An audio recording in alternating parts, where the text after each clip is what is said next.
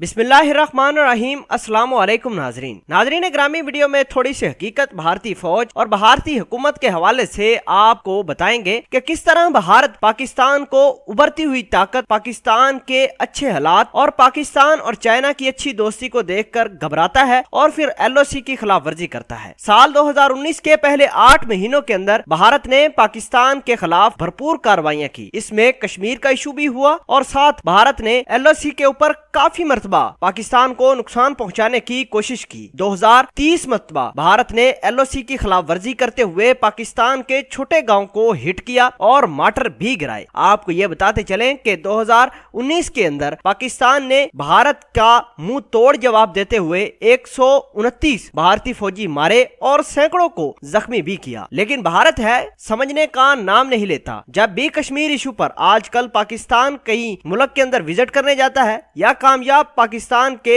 Official कामयाब दौरा करते हैं, भारत को तकलीफ होना शुरू हो जाती है। LOC के ऊपर मुख्तलिफ किस्म के मार्टर गिराना शुरू कर देते हैं, पाकिस्तान की शहरी आबादी को निशाना बनाना चाहते हैं। बहरहाल आपको ये बताते चलें कि कश्मीर के अंदर भारत ने जो सलूक रवा रखा है ये पूरी दुनिया के सामने बेनकाब हो चुका है और जनरल असेंबली के अंदर इमरान खान पूरी दुनिया के सामने बताएंगे भी कि भारत कर क्या रहा है कश्मीर के अंदर। बहरहाल आपको ये आगाह करते चलें कि भारतीय फौज और भारत का हर एक महकमा इंतहा पसंदी का शिकार हो चुका है। पाकिस्तान के अंदर कुछ भी डेवलपमेंट, अच्छी डेवलपमेंट होती है तभी भारत को आग लग जाती है और अपनी फौजियों को ये कहते हैं कि पाकिस्तान पर गोले बरसाना शुरू कर दो। लेकिन पाकिस्तान आर्मी, पाकिस्तान के दीगर महकमे मुकम्मल तौर पर अमन की राह पर गमजान है। आज भी भारत अगर मुज़ाकरात करना चाहता है तो यकीनन पाकिस्तान मान भी जाएगा। नाज़रीन ग्रामी, आगाह करते चलें कि भारतीय फौज ने पाकिस्तान को निशाना बनाने के लिए अफगानिस्तान के मुख्तलिफ लोगों को मिलाया भी हुआ है। हालिया दिनों पहले हमारे एक मेजर और एक फौजी जवान भी शहीद किया जो बाड़ लगाने के अमल में मसरूफ थे। उनकी पार्टी पर अटैक किया गया, ये भारतीयों ने ही किया और उसके बाद गुललाई इस्माइल को पाकिस्तान के खिलाफ उकसाकर, पाकिस्तान के खिलाफ बयानात दिलवाकर पाकिस्तान को नुकसान पहुंचाने की कोशिश कर रहे हैं। आपको ये बताते चलें कि